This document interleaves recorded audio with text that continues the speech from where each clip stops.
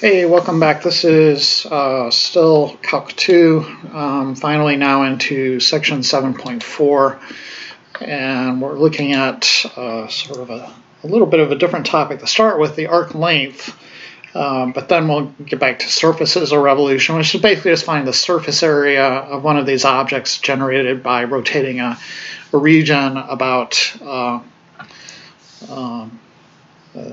an axis. Okay, so we're going to begin with arc length, the arc length formula.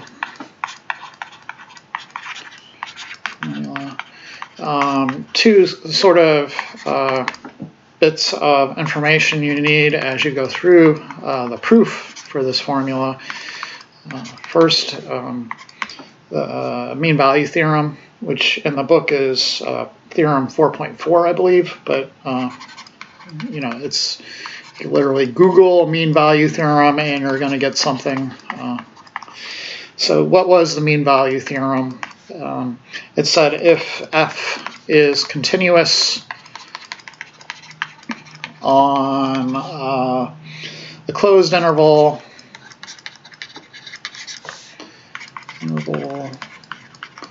from A to B, and then, you know, differentiable on the open interval, and differentiable, I'll just say diffy on the open interval from A to B. Then there exists some number C in that interval.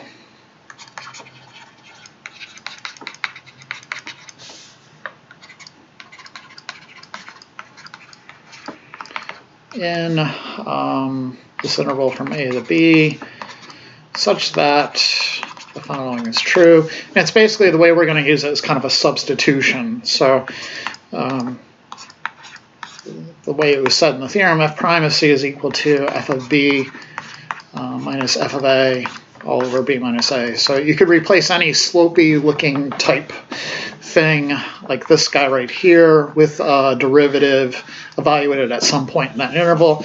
The picture that we always kind of give you that represents the mean value theorem is basically you have some sort of function going from A to B, maybe starting here and then kind of zooming up to here.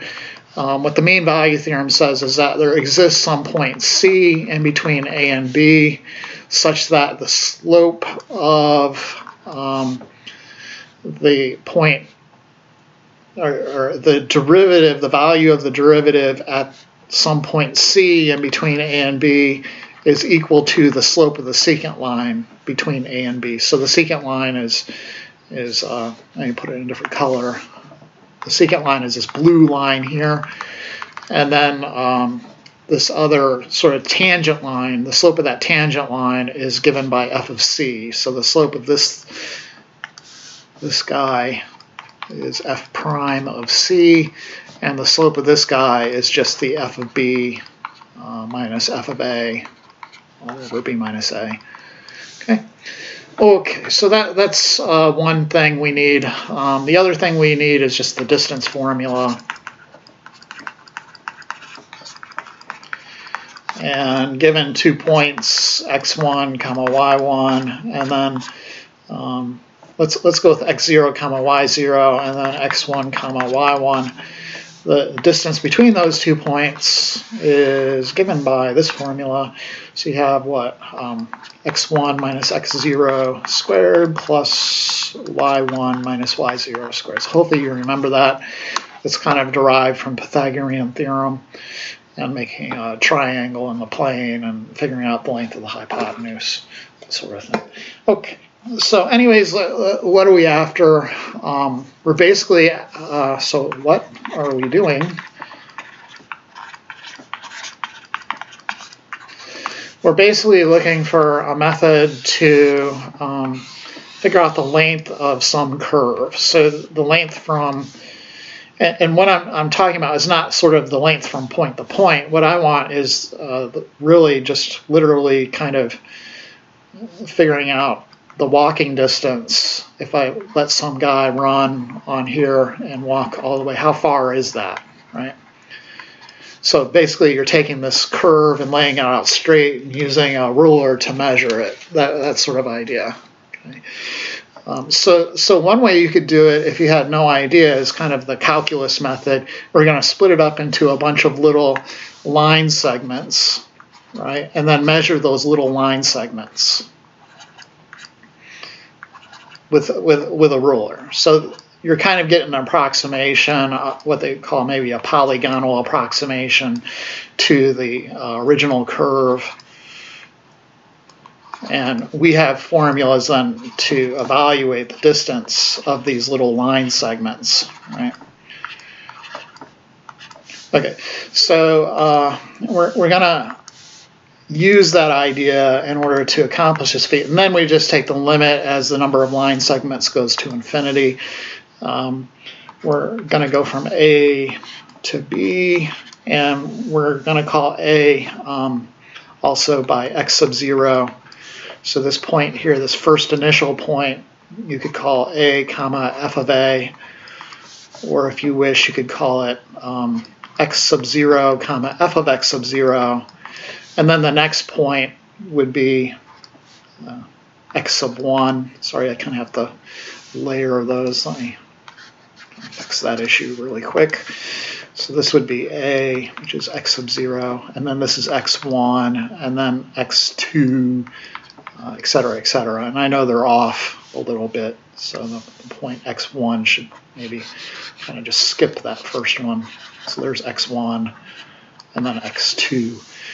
Okay, and then some generic point here, call it x sub I minus 1, and then x sub I, right?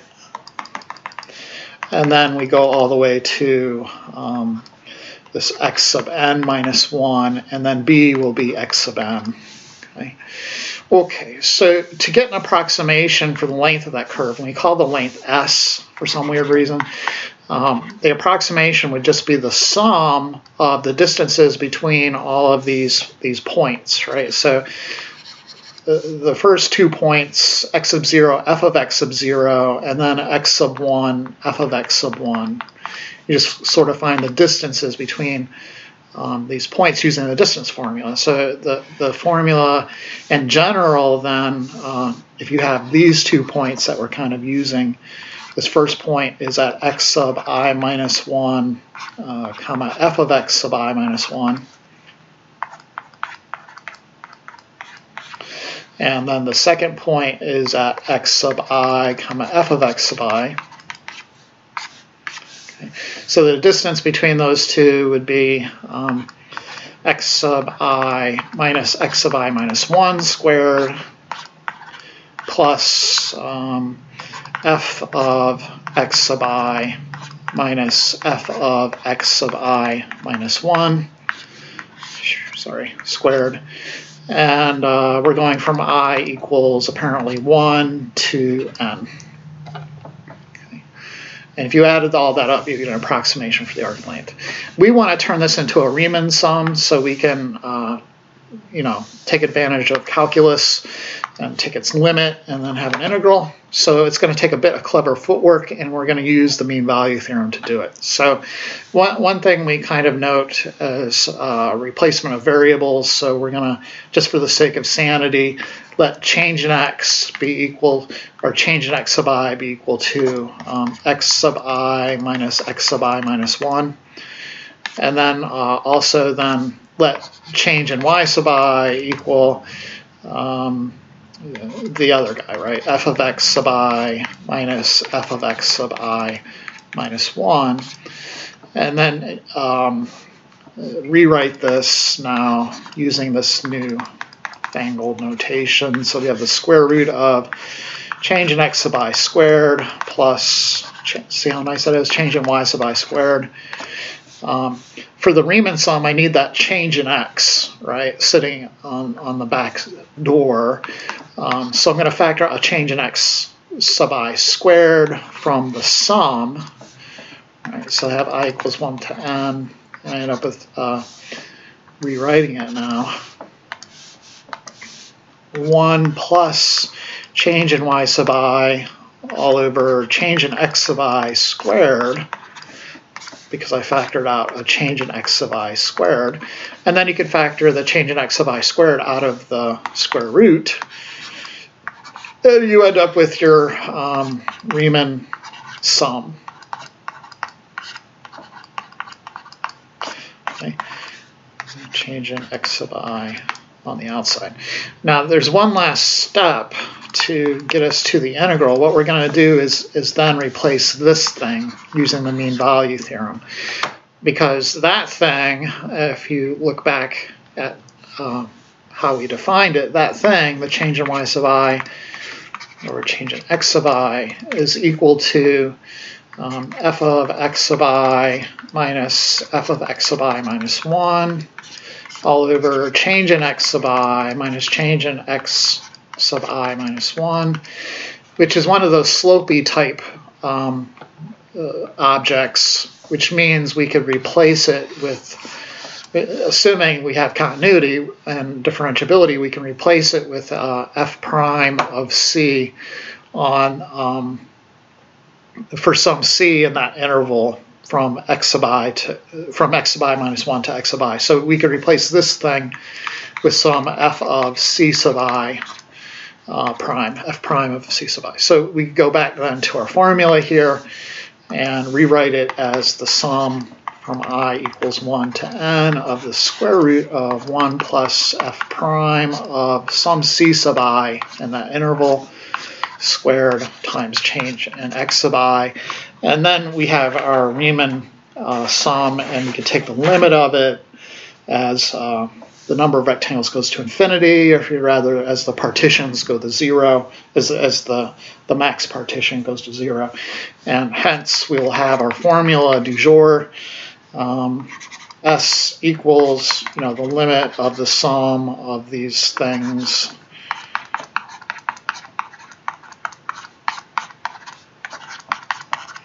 which will be the integral of the square root of 1 plus f prime of x squared dx from a to b. Okay, so let's attempt this, and this first problem will be the video quiz question. We'll just call it an example.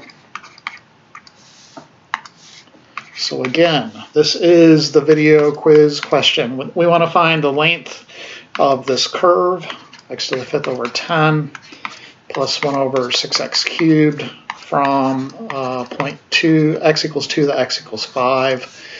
Okay. So to pull this off, we're going to need the derivative, and we're going to need the square of the derivative. So sometimes a little easier just to kind of get that out of the way first. Let's rewrite it so it's a little easier to do the power rule.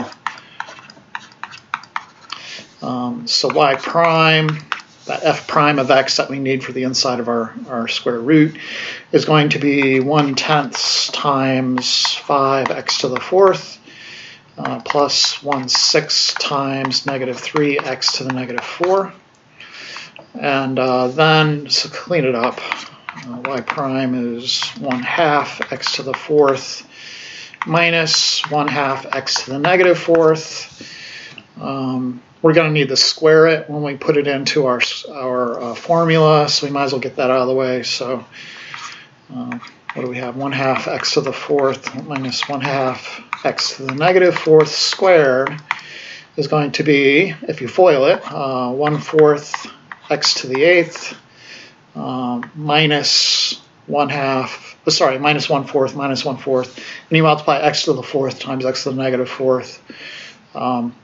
The exponents will add to 0, and you'll just have x to the 0, 1/4 x to the 0, negative 1/4 x to 0, and then another negative 1/4 x to 0, so that would be negative 1/2 when all is said and done, and then plus 1/4 x to the negative 8. So if you don't believe me, I'll write it out.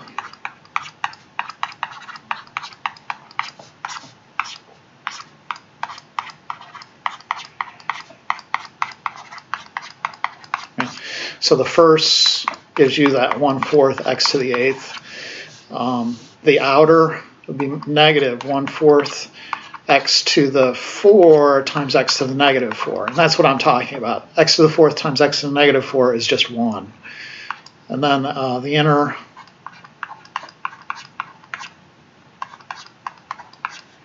and then the last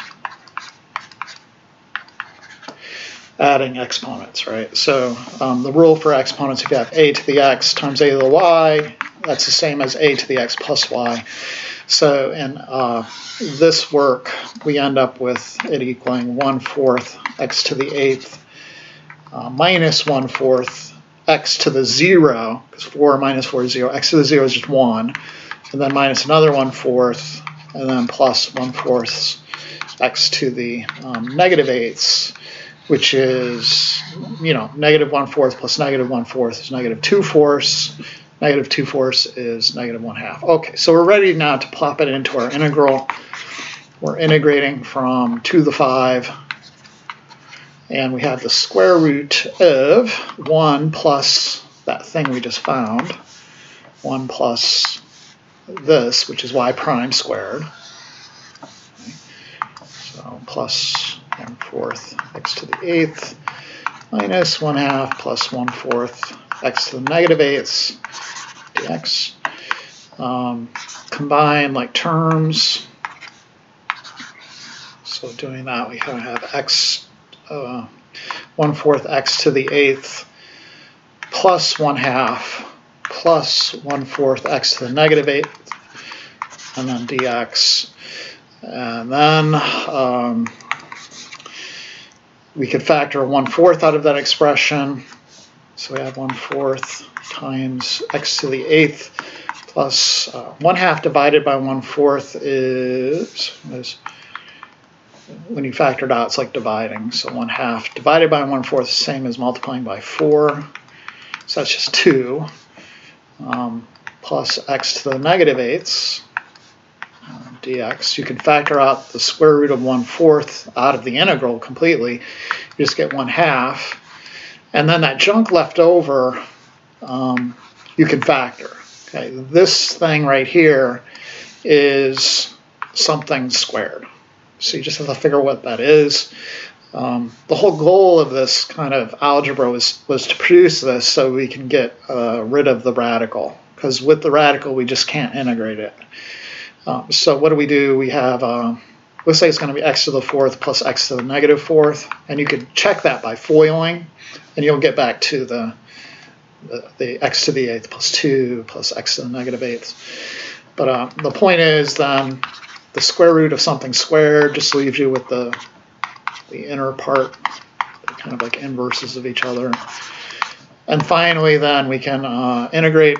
So we have 1/2 times x to the 5th over 5 plus x to the negative 3 over negative 3. And we evaluate, I guess, from 2 to 5.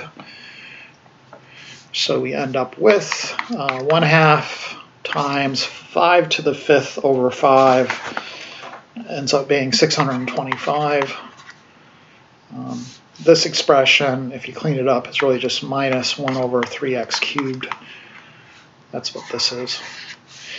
So you get minus 1 all over 3 times 125, which is 375, and then minus, plug 2 in there, so 2 to the 5th is 32 over 5, and then minus 1 all over 3 times 8 is 24. I'm not going to get carried away with this one. You can already see it's going to be a nightmare. So you just plug it into your calculator and get an approximation. I got 309.3195. Okay? Okay, so that's the video quiz question for the day. Just copy that out. Okay, so there's usually a trick to getting rid of that square root via algebra, or in this next example, we're going to use some identity. So this is finding the length of a cable hanging in between 2 telephone poles, and they modeled these cables with hyperbolics. So we don't use them very much, but this will give us a chance to apply everything we learned about hyperbolics. So we have 2 cables located 40 units apart, so we can kind of standardize them in the xy plane at -20 and then +20. Then there's a cable hanging such that the low point of the cable is at positive 20. Okay, so 10, 20 is down here.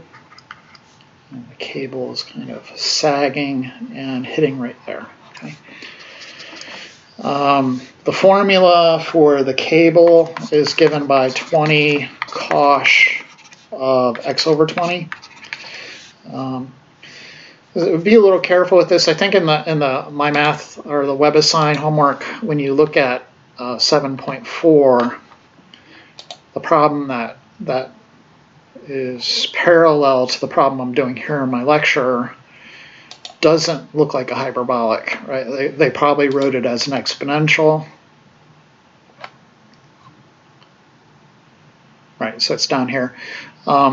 Yeah, that's the exact same problem as what I'm doing right now. It's just, remember, cosh is the same as e to the x plus e to the negative x. In this case, x is x over 20 plus e to the negative x over 20 all over 2, which would be 10 times e to the x over 20 plus e to the negative x over 20. But I think it's a little easier just to think in terms of hyperbolics. Let's see what the question says. Electrical cables, blah, blah, blah, 40 meters apart, blah, blah, blah. What are we doing? Yeah, the counter array, blah, blah, blah. Find the arc length between the two towers, round the 3 decimals. Okay, so it's the same kind of picture. Everything is the same. Yeah, except we're going to, instead of using those exponentials, we're just going to use cosh. Okay. Okay. So we need y prime.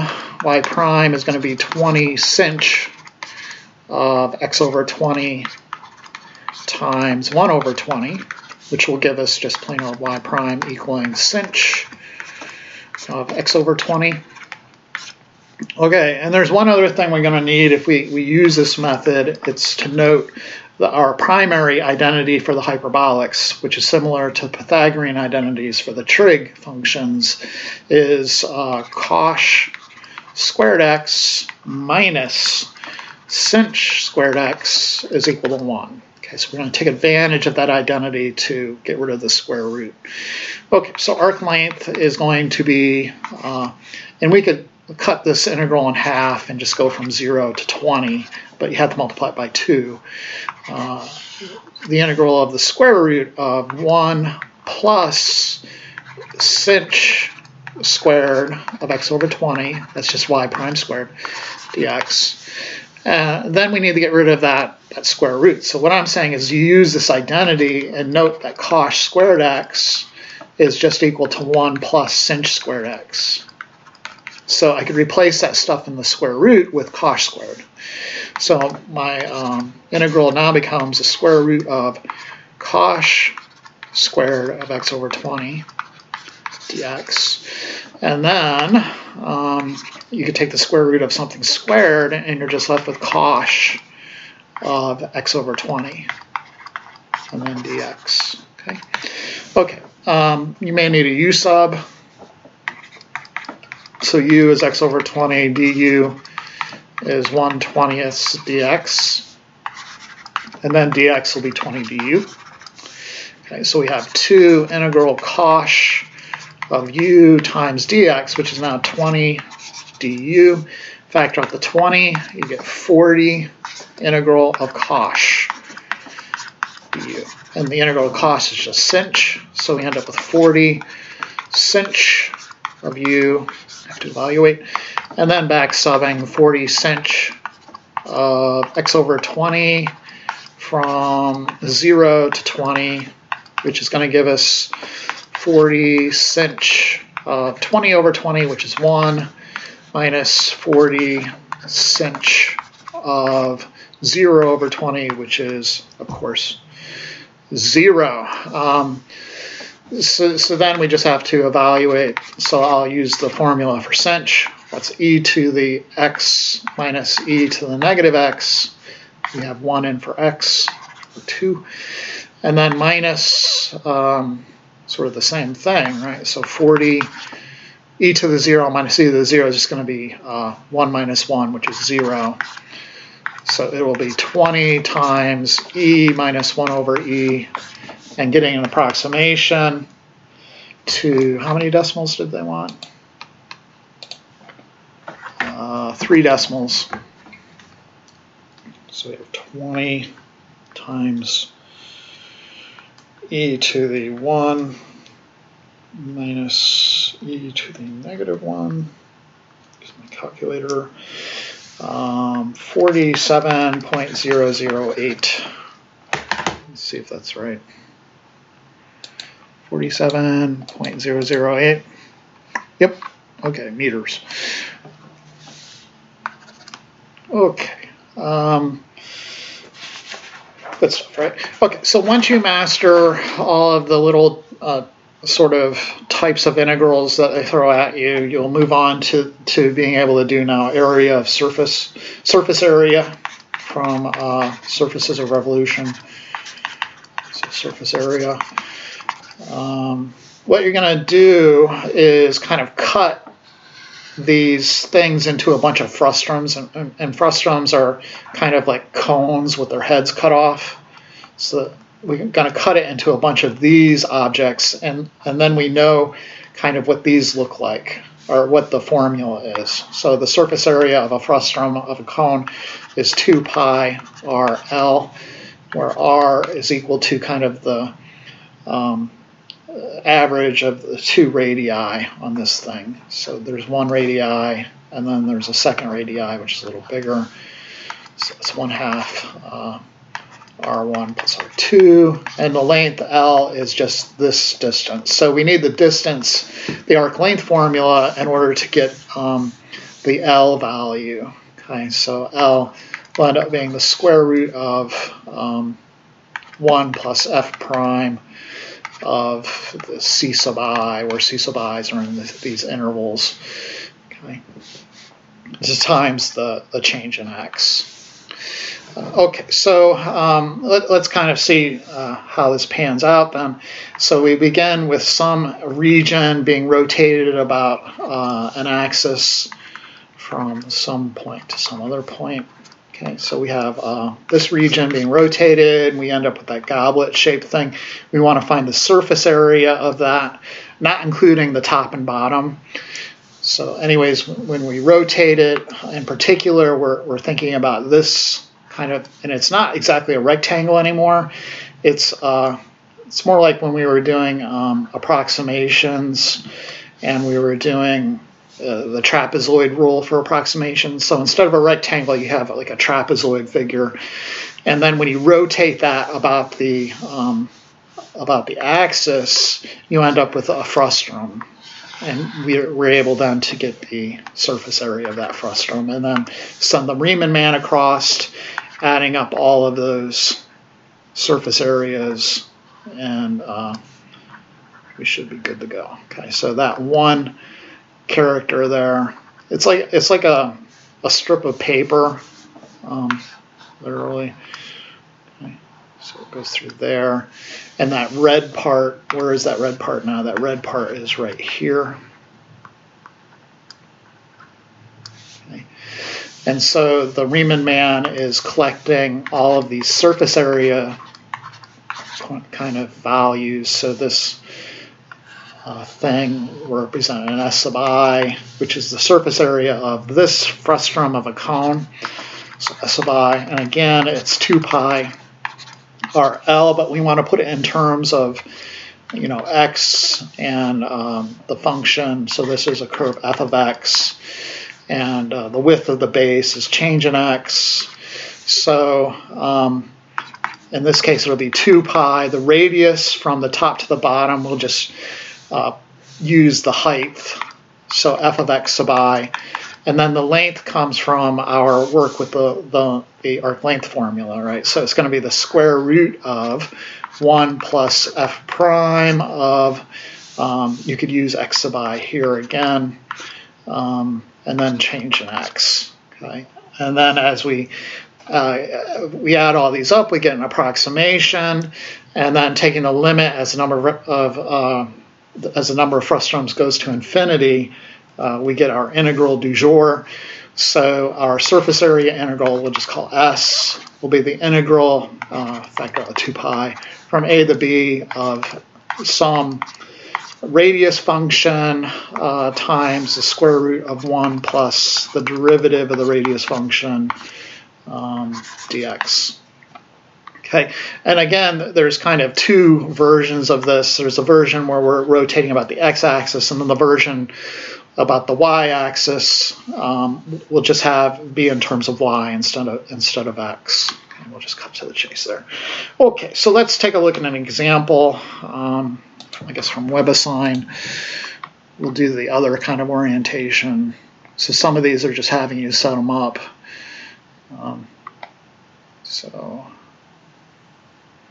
Yeah. Sure, we can set one up. Why not? Let's go ahead and try that. Am I recording? Oh man, I'd be so ticked if I wasn't recording. Okay, no, I'm cool. Yeah, it's not going to hurt me to do it again, but sometimes it's like that. So it's enough. Okay, so let's take a look at this guy. Great, now I lost it. So they're giving us sort of a picture. The function y equals 1/3 x cubed. So at 1, it's the function is 0. And then at 3, we have 27 over 3, which is 9. 3, so 1, 2, 3, 4, 5, 6, 7, 8, 9. Okay, so it's this region that we're rotating. And it's producing this horn-shaped object. We want the surface area of that. And so the little sort of rectangles we're dealing with will look like this. So we need a function for the height of that, which I'm kind of considering the radius function. So r of, and in this case, the base of the rectangle is on the x-axis. So it's going to be r of x, which is basically your f of x. Here is your r of x. So the formula for this is given by 1/3 x cubed. And then, yeah, that's pretty much all you need. You're just going from, what are we going, 0 to 3. So f of x is 1/3 x cubed. We need a 2 pi floating about. And then times the square root of 1 plus the derivative of that squared. The derivative, our prime of x, is going to be x squared. Squaring that is x to the 4th, and then dx. So yeah, that's kind of what it is. 2 pi, and then you just kind of fill in the blanks, and then you evaluate it. So these, let's say it just comes down to a u sub. You can factor out the 1/3. You have a pi integral x cubed square root of 1 plus x to the 4th dx.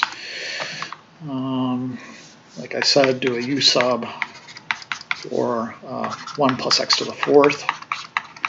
So that would be du equals 4x cubed dx, and then dx is equal to du all over 4x cubed.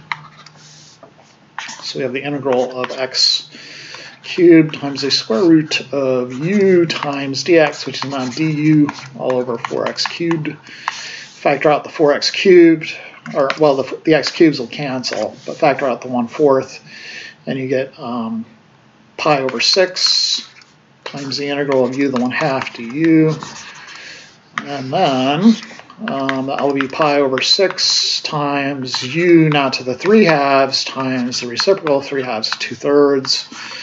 Remind yourself to evaluate. 2 over 6 is the same as 1 over 3, so you get pi over 9. Back subbing 1 plus x to the 4th to the 3/2 from 0 to 3, I think we said. And then we have pi over 9 times 1 plus 3 to the 4th. So that's 9, 27, 81, 82 to the 3/2. And then minus 1 to the 3/2, which is just 1. And then probably we need an approximation of some sort. And your answer is 2 decimals. So I just go to my calculator for this business.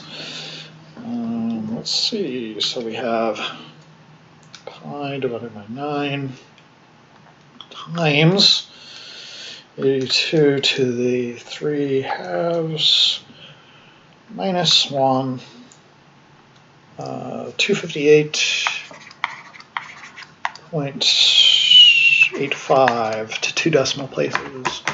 See if that's right.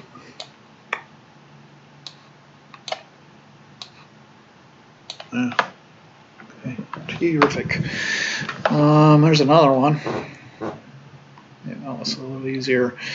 This is the other orientation, so let's take a look at one of these characters. Okay.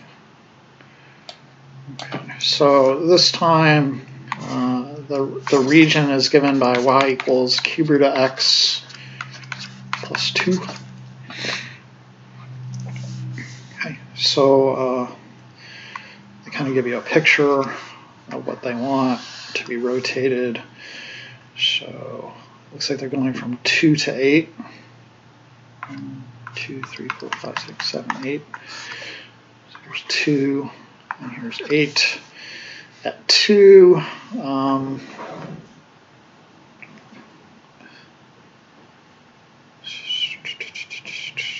have no idea what the cube root of 2 is. It's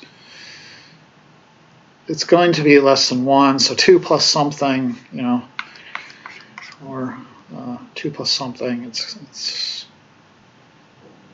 you know, I just have no freaking clue. And then, anyways, at 8, the height will be 4. Okay, so we're kind of going like this. Oh, maybe they want you to start at 1. I bet you that's what it is. You can barely tell from the picture, but yeah, they want you to start at 1. Okay, that could have been a bummer for some of you working at home. So not 2, it starts at 1. So at 1, the cube root of 1 is 1, plus 2 is 3. And basically it's this region that they want you to worry about rotating. Either the curve is going like this, and it's this junk, right, that we worry about. And we're rotating about the y-axis. So the frusтрums are kind of, the frustrum rectangle is sitting right here, which means our information has to all be in terms of y, and the Riemann man now is going up the flagpole like this, and so our radius function is in terms of y, and so I'm going to have to find the inverse of the original function. Okay, so I'm going to move the 2 to the other side. The cube root of x is equal to y minus 2, and then cube both sides. So x is y minus 2 cubed. Do they want it in terms of x? Ooh, they want it in terms of x. So that makes life a little more complicated.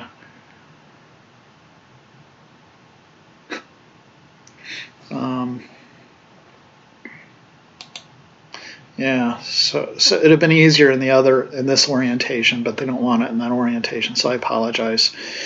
All right, so my brain is kaput. I think I'm gonna just go ahead and put it in y, terms of y, and then we'll turn around and just shove it in terms of x, doing a u sub of some sort, or an x sub basically. So. All right, so anyways, the radius function, you know, you're going to have to go back to the original function and rewrite it.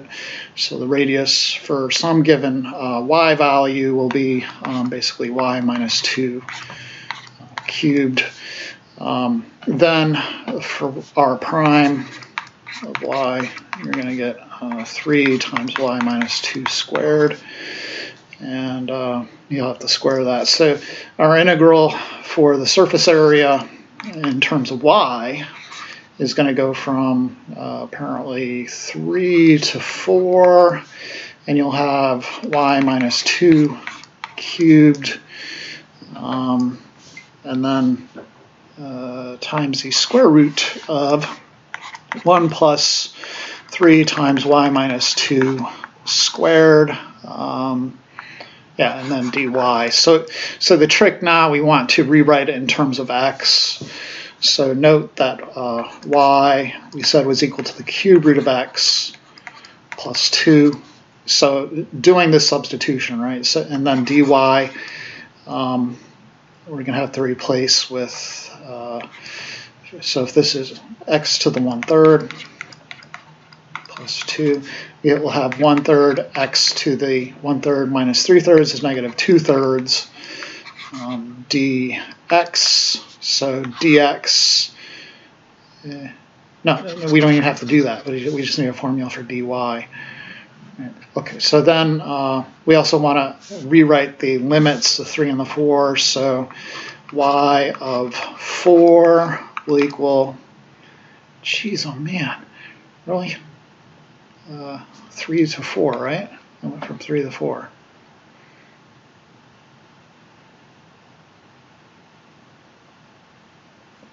So right now it's in terms of y. Oh, that's the problem. So you need to put in 4 for y.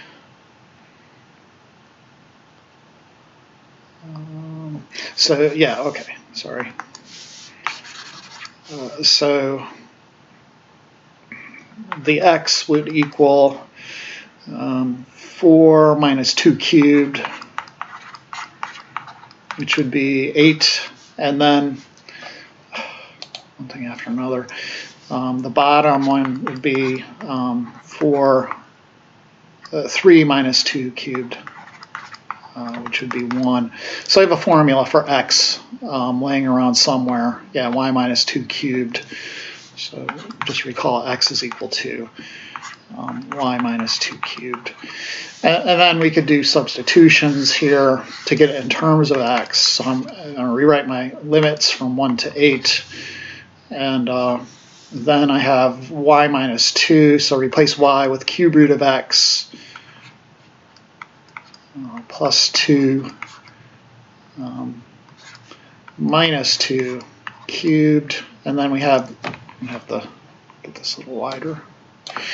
Times the square root of 1 plus 3 times y again is the cube root of x plus 2 minus 2 squared, and then dy is 1/3 x to the negative 2/3 dx. And it looks like we have just plain old x, because this will be 2 minus 2 is 0, and then the cube root of x cubed is just x. There's a 1/3 floating about, x times x to the negative 2/3, because I also have to multiply these out. Yeah. And that's where the 1/3 is coming from. I just factored the 1/3 out. So x to the negative 2/3 times x to the 3/3 will end up being x to the 1/3. And then you end up with the square root of 1 plus 3. X to the 1/3, the 2's cancel, right? So x to the 1/3 raised to the second power is x to the 2/3. And then you have your dx. And so that should be kind of the first part of your answer. Oh, yeah, I mean that's... So for some reason it doesn't look the same, but I have a feeling it is if you just factored it a little bit. Okay. So their answer looks different, but I don't know. I'm tempted just to throw this problem out, because for some reason I'm having a nightmare. That's what I'm going to do. I'm going to skip that problem. I'm going to delete it from the homework. And thanks for watching.